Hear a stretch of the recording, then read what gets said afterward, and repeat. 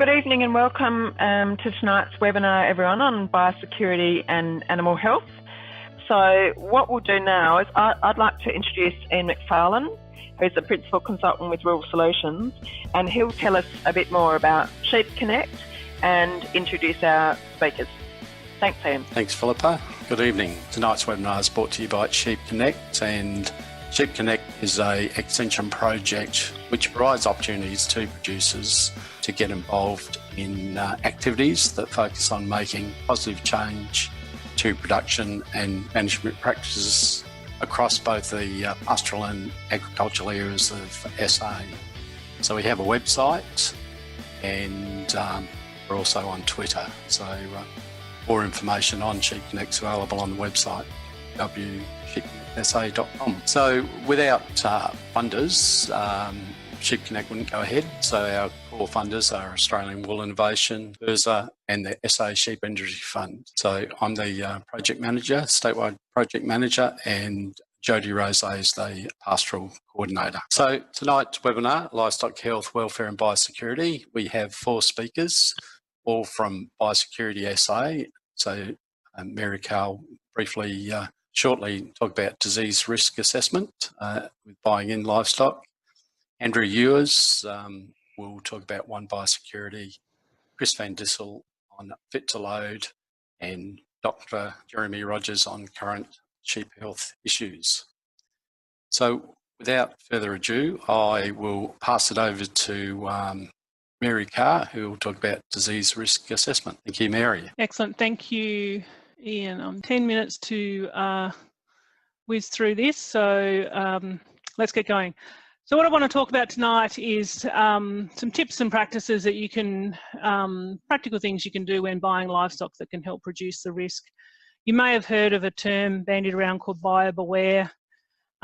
What that means is that, you know, and it's something you've always had to do, is take care when you're buying animals in and actually do some research about what you're bringing in.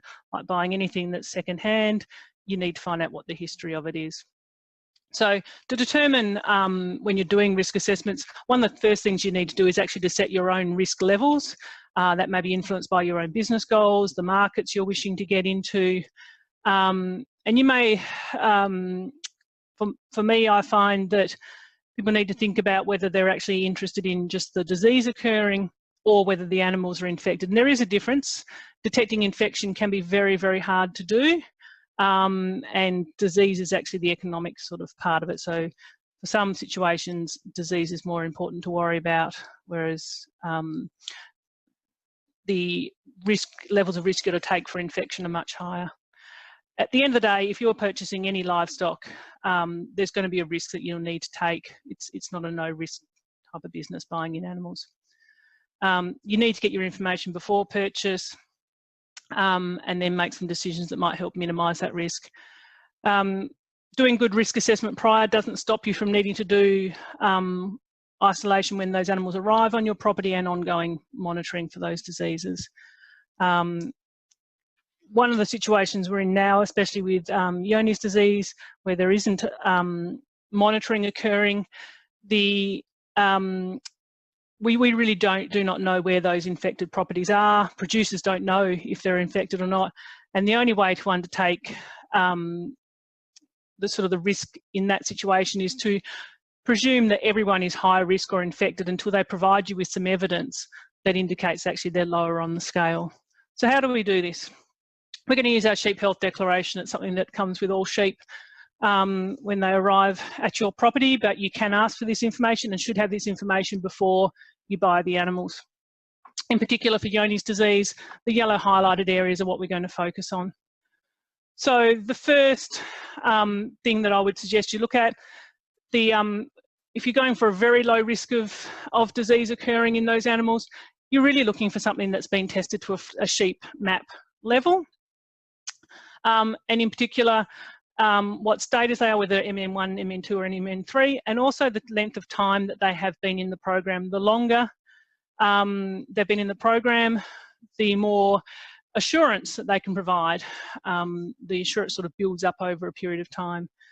The other thing is that you want to have a look at what testing's been done. So question number 5, that, and in particular, have they had a fecal test done? That's actually looking for the bacterium in the faeces and gives you the best level of assurance that there is no disease occurring there. The other thing that is really important is to have a look at the biosecurity plan. Not just that they have one, you should actually be able to see the details of what's in that biosecurity plan as well. What are they doing in regards to their introductions? How do they manage their strays? All those sorts of things are needed to be looked at. The next step from there is also whether they're vaccinating. We do recommend, to be aware that vaccinating doesn't prevent infection, but it does reduce the level of shedding that is in the flock, and it's certainly recommended for any flocks that are in high rainfall, high stocking areas.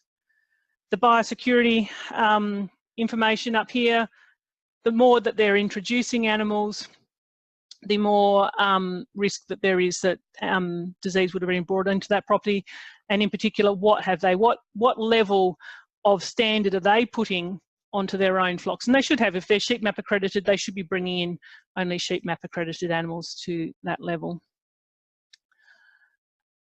The other thing that is important to have a look at is, have they done any abattoir surveillance? Abattoir surveillance doesn't give you a guarantee that they're not infected. What it says is that there's a low level of disease or a below detectable level of disease. So, there's no evidence of disease there, but it doesn't look for infection. It's really looking at whether there is a detectable level of disease.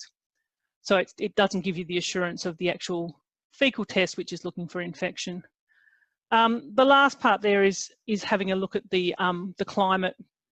You can get an idea of where these animals have come from the pick zone, which will be up in the pick identification code.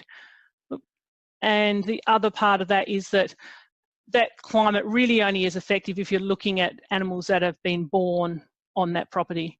Otherwise, the location they're coming from really isn't overly important. A couple of things to note here. Certainly, T-tag lambs, while they may be a low risk of shedding bacterium, I wouldn't be recommending that they should be on very low risk properties. And the other thing you'll notice is question 4, known to be suspect or infected. That's a question I think is very unreliable, and most producers wouldn't actually know or have done a level of testing that could actually say that they know whether that is the situation or not. So just a quick rundown. If you're looking for very low risk of disease, high level of biosecurity practices on the property, some negative test results on the pooled fecal that's supported by negative abattoir monitoring data. If they're in a high rainfall area, I'd also be recommending that you look at approved vaccinate flocks. And if you are getting sheep from sheep map properties, make sure they've got a current certificate they can show you and results to back that up. The other thing is, while you're doing a whole property sort of check, don't forget about what's the status of the other ruminants that might be on that property as well. Johne's disease will transfer between species quite happily. So not everyone's going to be able to access sheep that are from a sheep map property. There's just not that many of them around. So what do we do when we don't have that level of assurance? Once again, biosecurity, looking at the number of introductions that we've got there and what level of introduced animals they have actually been bringing on. Certainly in high rainfall areas, you'd be looking for your approved vaccinates to say that there's a low risk of disease. It will mean that you're not inheriting a problem of animals that are going to be have high mortality rates and cause you issues down the track.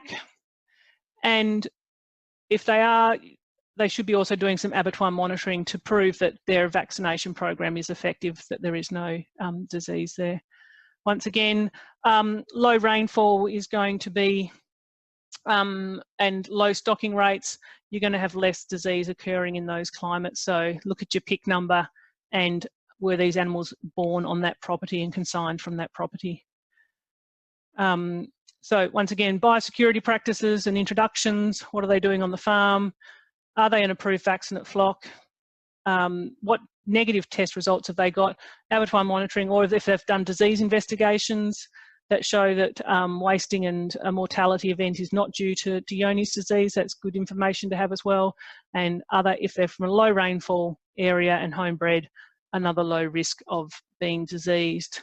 May still be infected, but unlikely to cause problems. If you're bringing animals in that aren't vaccinated to a high rainfall area, we do recommend that you vaccinate those. So I'll move on quickly to foot rot. It is the very quick tour of endemic diseases. On your sheep health statement, you've got one question which I think is relatively useless, because anyone that's saying that they have virulent foot rot in South Australia will be under management with us. So it really doesn't give you a lot of information. Most people don't realise that they have virulent foot rot, and so would be potentially putting the wrong thing innocently on their sheep health declaration. So I don't tend to put much weight on what's here. You need to go and ask a whole lot more questions. So what should you be looking at? Once again, biosecurity practices and introductions. If they want to have a low risk of disease, you should be annually inspecting during the spread period, and lame sheep at any time of the year to look for lesions. What you want to be able to do is find a property that has no lesions detectable, that's benign or more severe presentations. And if they have had a level of foot rot or lesion detected, what testing have they been, what has been undertaken and when. Don't rely on a producer saying it's benign foot rot, it's all fine. The fact is, or that it's foot scald, it's fine. Foot scald is foot rot, it's all caused by the same bacterium. In benign lesions, you will have virulent organisms. Foot bathing and culling practices will mean that it may present benign, but once again, virulent organisms present. Low rainfall as well will reduce the clinical severity of what you're seeing, and that's why you'll have virulent organisms in there within a benign lesion. And just remember that all severe lesions at one point were a benign lesion to start with.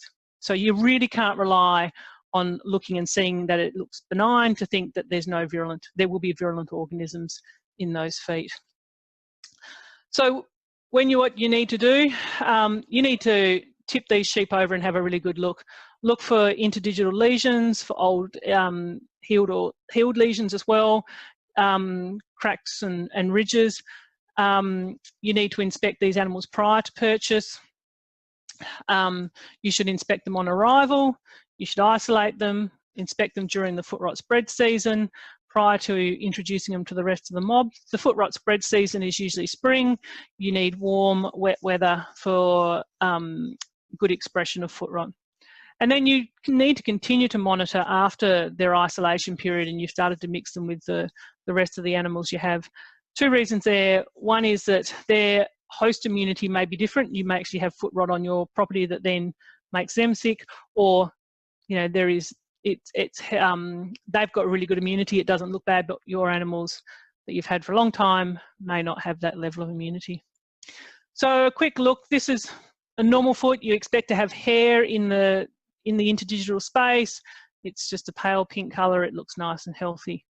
So these are all examples of foot rot. You start getting a bit moist. There's hair loss. It's starting to get a bit red. This is the interdigital dermatitis. Virulent foot rot and virulent organisms will cause these lesions just as the more benign strains do as well. This is all foot rot when it's healed up a bit. You've got this hair loss. You get some ridging that occurs and this underrunning that starts to go into the hoofs. So these are some of the more chronic lesions that you may see, and here's a couple of examples of where we've actually pared the feet back and you can see how it's eaten under the hoof.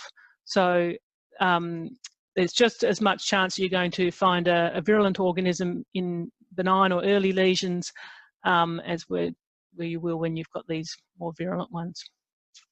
So that was my 10 minutes of time. I've got some questions, if anyone. I've got one here, Mary. In regards to if you are looking at leasing or buying property and it's been previously quarantined for Johne's, number one, does it have to be legally disclosed? And number two, how long before you can actually put stock on it? Okay, so it's not a requirement under the Livestock Act for it to be disclosed, but it does come under common law.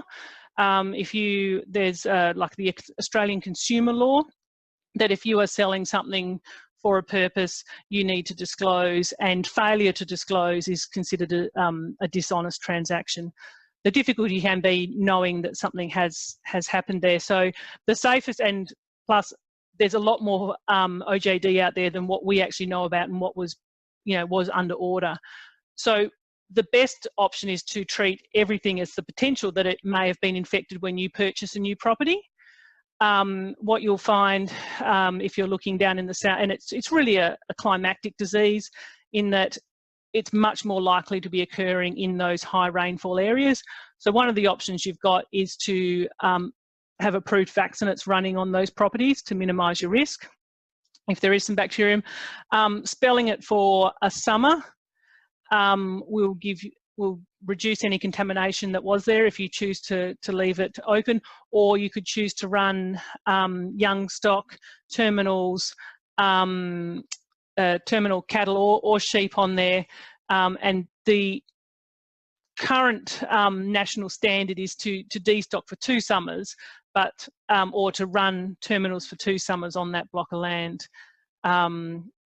So they're some pretty sort of standard guidelines for using, but for any block you've got to assume the worst if you want to minimise your risk. Okay, thanks, Mary. So I'd like to carry on and introduce Andrew Ewers, who's the Field Operations Manager, Wham Biosecurity, based at Murray Bridge, and he'll be talking about Wham Biosecurity. Andrew, over to you. So yes, thanks for the opportunity to just introduce you to the new PIRSA program, Wham Biosecurity. It's been launched officially. It was launched at Cleve Field Days, and many of you may have seen some publicity on it in the newspapers and on emails and various other forms of media. So yes, it features an online profile. One of the main benefits of this new program is that it is overarching program for all the programs that we do in PIRSA, and the other benefit is that it's in partnership with the livestock industry. So it really is seeking to involve all producers, livestock producers in South Australia in a direct manner, and that's through the online profile. Producers, it's really your program, it's for you. It's been developed in conjunction with producers, and the trials have been done with producers. It's been designed for your benefit. It's a statewide program, as I said, and the purpose is to manage, protect, promote South Australia's strong biosecurity regime across the livestock industry. So it's a holistic program. The benefits from it will flow to you, the producers, as you use it. It also will benefit the livestock agents and the processors. It'll benefit your local area as well as the whole of the South Australian livestock industry. And those benefits will flow through education, change of practice, various linkages and trade access. So there's going to be, and there is already on-farm benefits from using Wham Biosecurity, but there will also be broader benefits, trade benefits, industry benefits, and we'll look at those as we go through. The focus is, as the name suggests, on biosecurity, what you do on your property. It's certainly focuses on your decision-making, farm practices, and as Mary's been talking about, that word risk, helping you to assess, manage, reduce risk.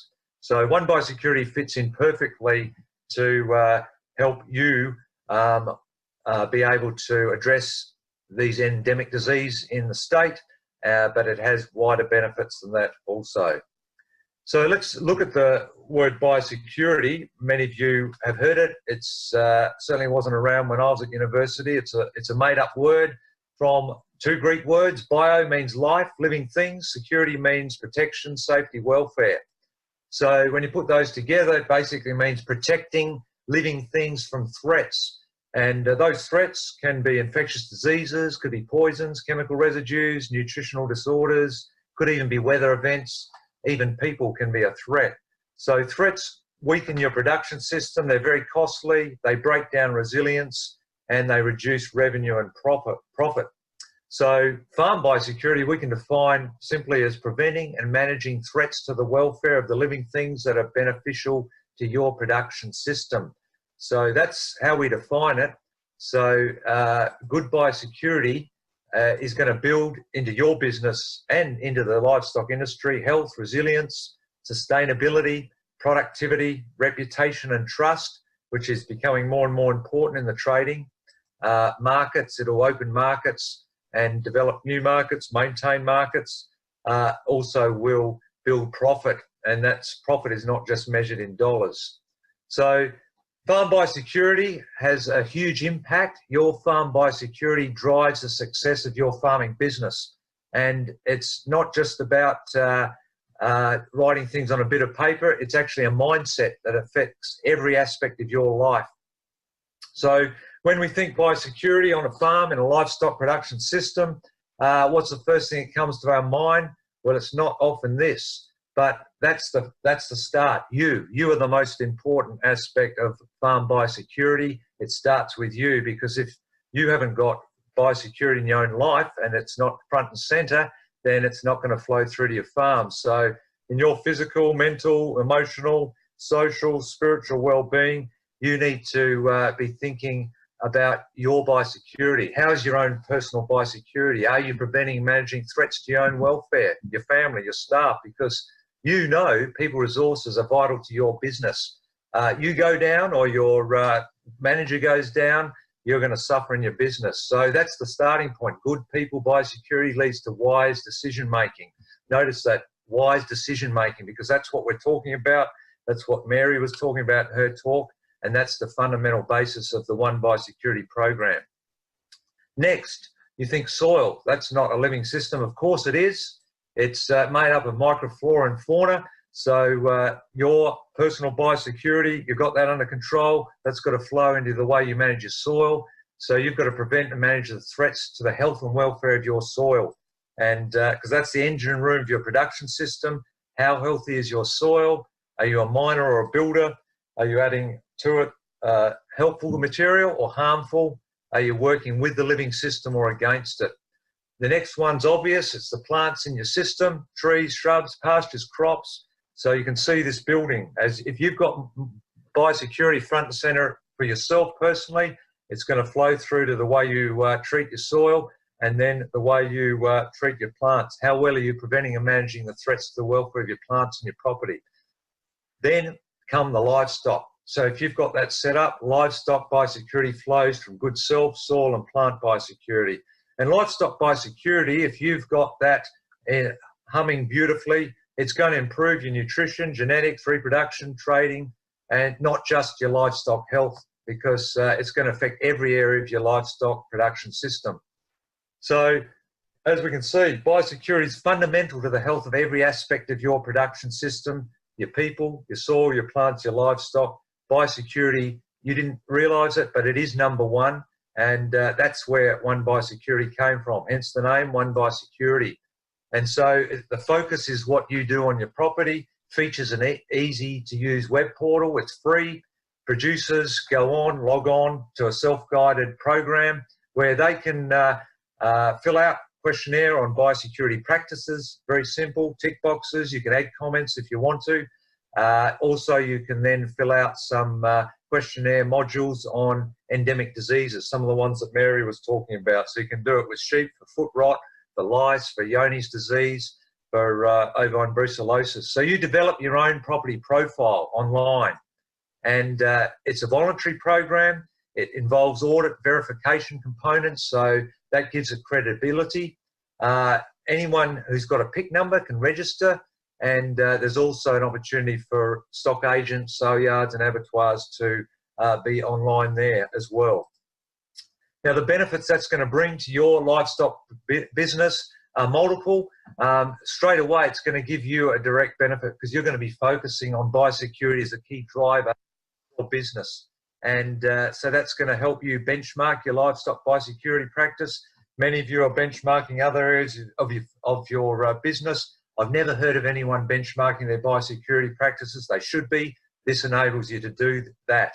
So it promotes and encourages and it educates you in industry best practice. The other thing it will enable you to do is to have a transparent, informed livestock trading. So that's what Mary was talking about. One Biosecurity is going to make that even more possible. So it provides the only credible framework for risk-based trading of livestock. It's a starting point. It's not the be-all and end-all, but it enables you to be able to look at what other people do on their property, gives you that window that you don't have now, and enables you to make wise, transparent, safe, reliable decisions when purchasing livestock. So it gives you that platform also to promote your business, whether you're promoting for selling product or live animals. And so it gives you greater accessible information to make wise purchasing decisions. As I said, it's going to give a more equitable system for trading, greater confidence, greater transparency. There's also administrative benefits. As you know, at the moment, it's a requirement that you have a biosecurity plan if you want to be LPA accredited. So One Biosecurity gives you that simple biosecurity plan straight up. That they've looked at it, LPA, they love it. So it fits their accreditation, also for JBAS as well. It will also pre-fill your sheep or cattle health declaration, saving you time. There's also broader benefits it's going to bring. As we said, it's going to give a credible assurance to not just you selling your own stock, but also to the wider industry and for our international markets, help South Australia meet its potential market access requirements. So it's going to maintain current markets, open new markets. It's going to improve our government industry ability to do disease surveillance, which is absolutely necessary for us to maintain our animal health status and maintain our markets. So One Biosecurity meets the demands of trade partners. It also is going to deliver broader benefits again, so it better equips us to face animal health emergencies, both in the area of prevention, preparedness, response and recovery, and that is huge for this country and this state. So the online benefits, there's no point being scared of online. We're all in online now. We're banking online, CFS is online. We're basically in the 21st century. We need to be online in veterinary services as well. Online benefits, it provides a dynamic living document that you can use, keep updating. So it's not going to sit in your filing cabinet and not be used. It's instant access to widespread engagement, better communication, transparent. You're knowing what other people are doing as well. You can see ahead of time what you're going to purchase and decide on the basis on what you see. You can make further inquiries. It enhances the ability to verify and give credibility to the system. So because it's online, we as PIRSA can easily do online verification processes. And it enables people to continually promote their enterprise and the South Australian livestock industry. That's the homepage. On the left-hand side there below the 1B logo, that's where you register. If you haven't already registered, that's where you'd hit and you go through the registration process. And one of the simple benefits is all your EAS or enhanced abattoir surveillance data can come straight onto your screen now. You'll be able to see it all, not just when you have problems, you'll be able to see the zeros when you don't as well. So that's just one of the added minor benefits that you get from being on One Biosecurity. Also, there's agent benefits. They'll be able to create placards for you. You'll be able to create your own, and that's certainly beneficial when you're displaying just succinctly the disease status of animals that are being sold and the biosecurity status. So for the sake of your business, your livestock production, your livestock industry, you need to register now for One Biosecurity. Get on board. There's the website. Ring your local animal health officer if you want more information. They can assist you. We're out there. The Livestock SA are very supportive. Ring your local member. Get on board and let's move forward as a South Australian industry. Okay, thank you, Andrew. So we'll move on, and I'd like to introduce Chris Van-Dissel. Chris is a Senior Animal Health Officer at Nurulta, and he'll be speaking on Fit to Load. Thanks, Chris. So, yeah, I'm here tonight to talk about fit to load.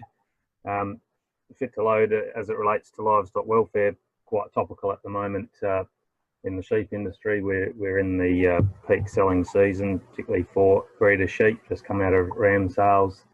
And not only that, but significant parts of the state are experiencing an extended dry period, which means that a lot of sheep are moving around, and a lot of people are getting rid of stock that they surplus to requirements. I will just say that as we go through the presentation, there are pictures of livestock that are distressed or injured. So yeah, please turn away if they cause you any distress. So let's talk about what is fit to load under the welfare standards and guidelines. Fit to load in Australia is standard across all states, and these are the categories that you require your livestock to fit in order to be fit to load. So being able to bear weight on all legs, they're not severely emaciated, that is skinny, they're not visibly dehydrated, free of injury and distress, free from conditions that might increase or be exacerbated during transport, and you can see it of at least one eye, and they're not about to lamb or calve, so not within 1 month of lambing or calving. So we'll go through some examples quickly. Bearing weight is hard to display in pictures, so I've got some videos here which I'll click through. All the pictures and videos are taken in South Australia on properties and style yards. Hopefully you can see the sheep there on the video. There's a number of them in that pen that have quite severe polyarthritis, so multiple limb arthritis. Being able to bear weight means that when they're standing at rest, they're standing on all fours, and you can see the animal in the foreground there resting a hind leg, pretty significant swelling on the back of that leg. So we would deem that fit to load. So those animals, whilst they've come to the sale yard, they shouldn't have, and they won't be leaving. I'll leave that one and go to the next video. Again, this is a sale yard video. Animal clearly in the foreground, bearing weight on that near side rear leg. That animal is actually suffering from virulent foot rot, and you can see when you leave it alone and it stands in the pen, it's very reluctant to bear weight on that hind leg. So multiple causes of not being able to bear weight. Another video down the bottom showing animals that shouldn't have been sent in. So there's some arthritis in there. I think one at the back's even got a broken fetlock.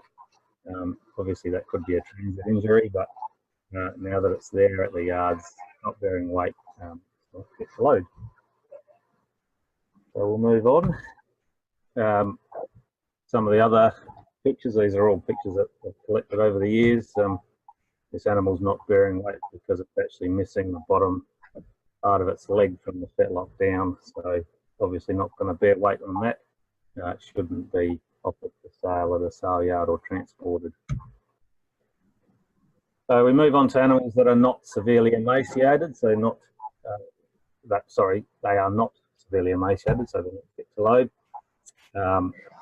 This is an animal that's off shears, obviously, comes straight down transport into the yards.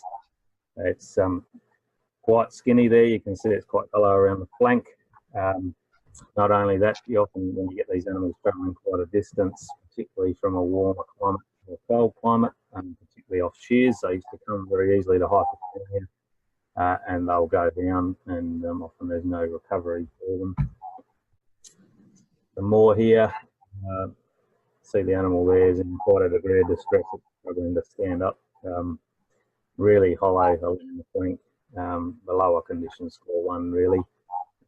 Surprising that it managed to make its way to the sale pen, but not fit to load out of the yards there. Just another pen up. These are some quite skinny crossbred lambs. The number there that are marked. Some of them are no longer able to rise. There's certainly some animals in the pen that will make it out, but yeah, many that if you loaded them up would only go down in transit and have to be dragged up at the other end, so not appropriate. Just a few cattle shots. This animal's obviously come down. It's been in pretty poor body condition. It's succumbed to the transport due to their things cold, as well as not being taken off water prior to transport. Suffered chilling in transit. Used a lot of energy trying to keep warm, and it's gone down and can't get up. These are some taken in sale yard pens. A couple of cattle there on the left, the lighter coloured one, the one next to were very light in condition. They would require time of rest and a bit of feed before they could be transported further. And a similar example there, sorry for the quality in the photo, a bit fuzzy, but you can certainly see that there are a couple of animals there that don't have much muscle mass at all left on them. We talk about being visibly dehydrated. Again, difficult to show you in pictures, but I've just put some things to look for there to check if animals are dehydrated. You get that sunken eye look where the eyeball sort of flaxes back into the head a bit. They're not all that alert, so if you're moving around them in the yards, they're quite depressed and lethargic. Dry nose, like people are aware when dogs have dry noses, often then as well, so same for cattle. The skin is dry and not pliable. The old pinch test on the neck for an animal, we pinch the skin off the neck below and it doesn't settle back down quickly. Often a good sign of dehydration. And sunken flanks below the short ribs, which you saw in some of the previous photos. This animal, dehydration wasn't her first issue. She's been quite dirty around the rear end. This is early autumn, probably significant worm burden, and may have calved recently, but not in very good condition. Been down in the paddock for quite a while. You can see, hopefully, that eye's sunken there. She's quite dry in the coat. Been paddling a bit, obviously been off water for a while, so dehydrated and not in a good way. We move on to being free from visible signs of injury or distress. This here is quite a long laceration on the thigh of a steer. That wound is quite dry. There's no recent blood there, so it was there when it was loaded.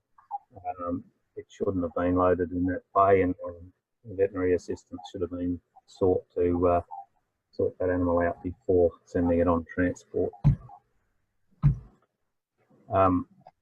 This is a prolapse in sheep. Again, you've got some necrotic tissue around that prolapse, so it's not something that's happened in transport. It's been there a while. Obviously, it gets knocked by other sheep. She's going to have some sort of infection developing there as well. Just not appropriate at all to transport that way. Should have been destroyed on farm if it couldn't have been remedied. This possibly suffered from a dog bite or similar, but again, it's an old wound. Sorry for the graphic nature. There are some maggots in that wound. So again, it's been like for a while.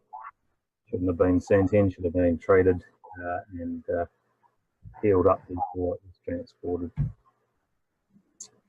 A bit of a nasty one here. That's an ingrown horn in a big old bullock. When we cut that out, it was in the eye socket at least 2.5, 3 inches. There was no eye left.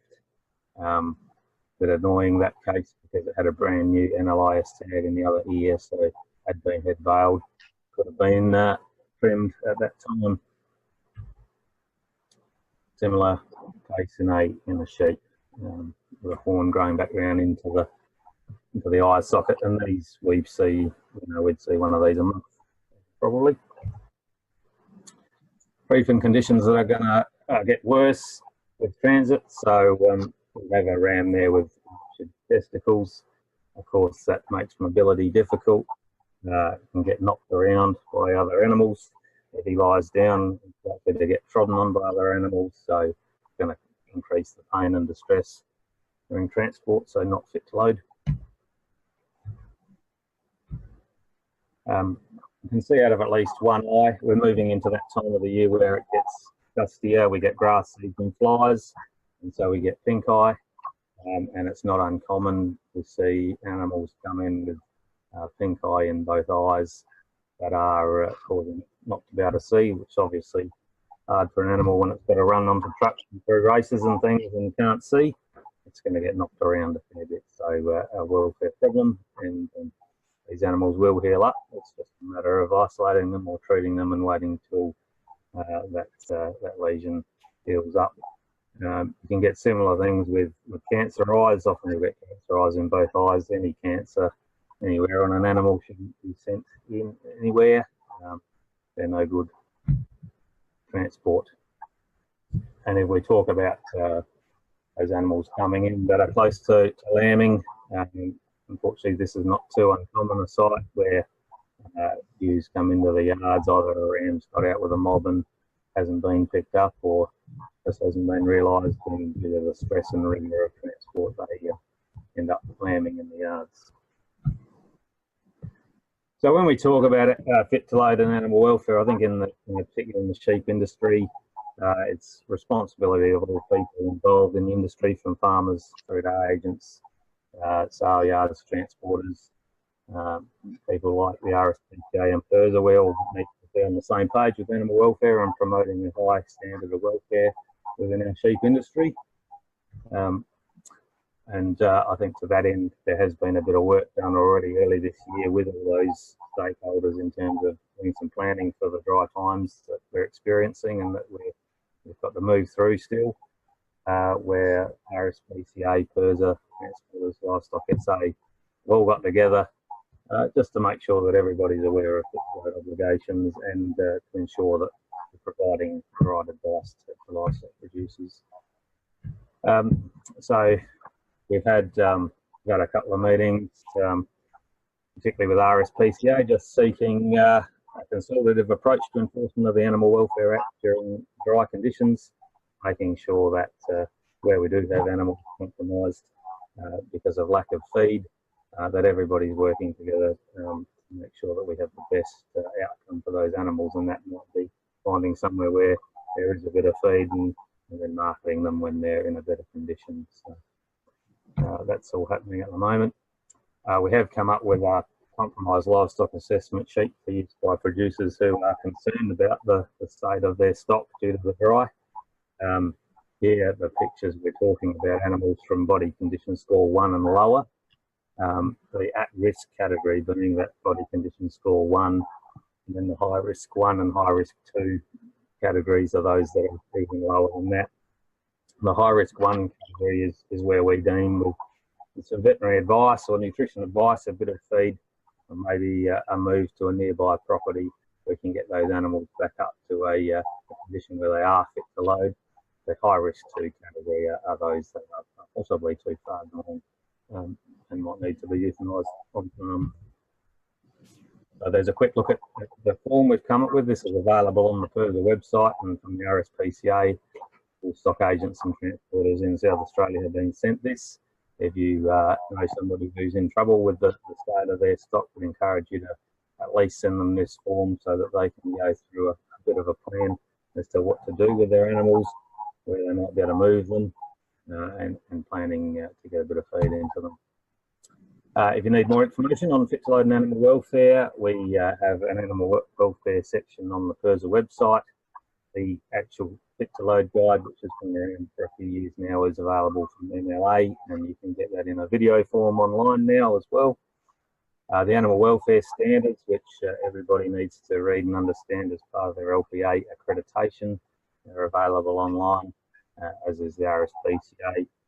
And for the duration of the dry period, where we are going to have increased issues with stock that are in poor condition, we have a welfare, animal health and welfare hotline that PIRSA's manning 24 hours. And if you are in trouble, or you have a neighbour or a friend who's in trouble with their stock, please give that a call so that we can try and sort out a resolution.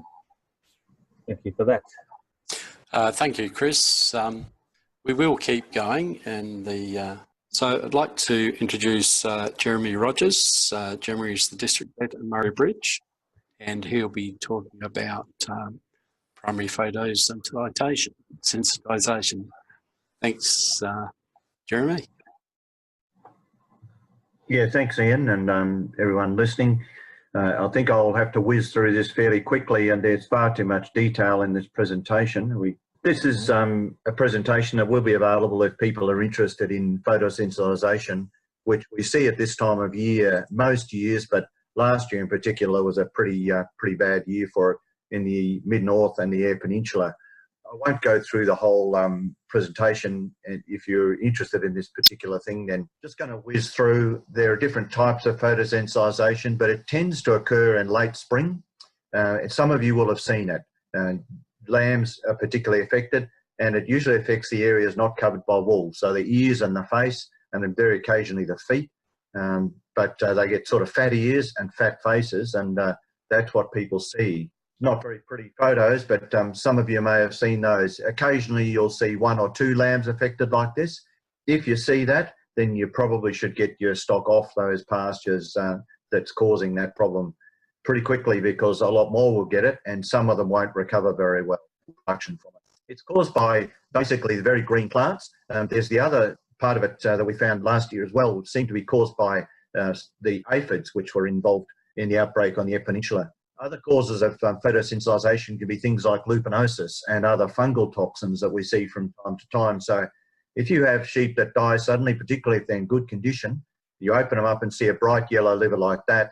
That bright yellow thing in the middle of the screen is the liver. And if you see something like that, it's a pretty clear indication usually of lupinosis or caltrop poisoning in particular. So those are some of the things we see. So I'm just going to whiz through a lot more of this. That's a picture of some of the aphids which were seen on meadows and clover crops and pastures last year, and we have had some reports as well from the Eyre Peninsula this year, but they'll be tapering off now as the weather warms up.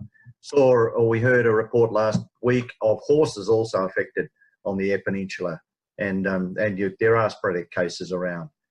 So I'll probably leave it that particular topic there, but I would like to just mention very quickly, with another couple of minutes that I have, that we do see other syndromes, and particularly at this time of year, many of people will be lot feeding or confinement feeding sheep.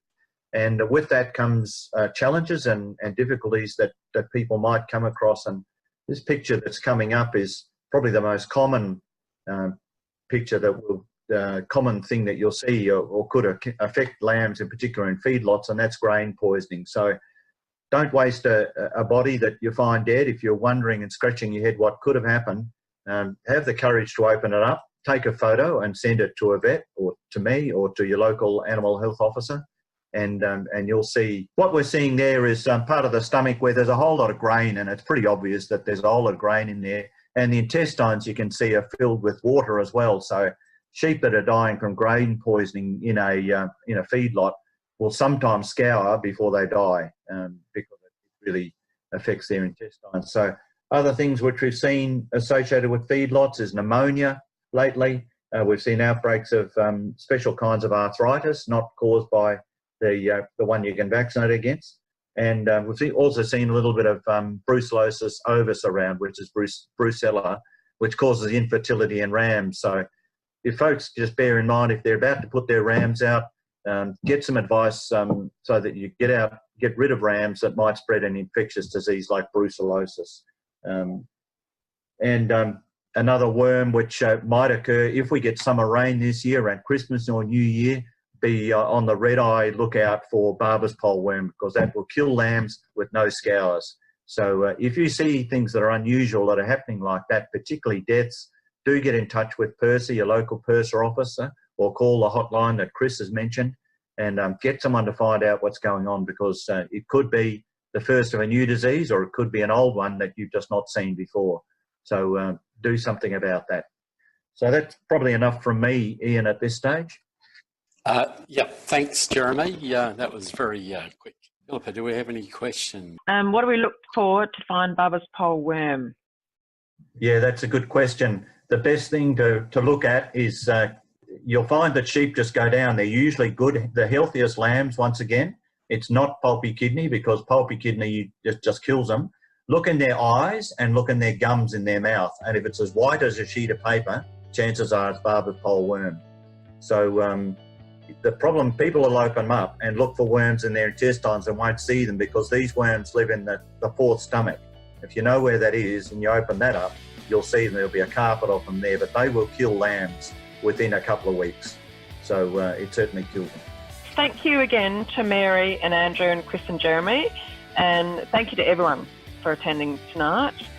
If you have any other questions, as Ian said, please fire them through to himself or myself, and we can certainly pass them on to our presenters or reply to your queries. So on behalf of Primary Industries and Regions SA, AWI, and SA Sheep Industry Fund, thank you for joining us today, and thank you for filling out this poll, and enjoy the rest of your evening.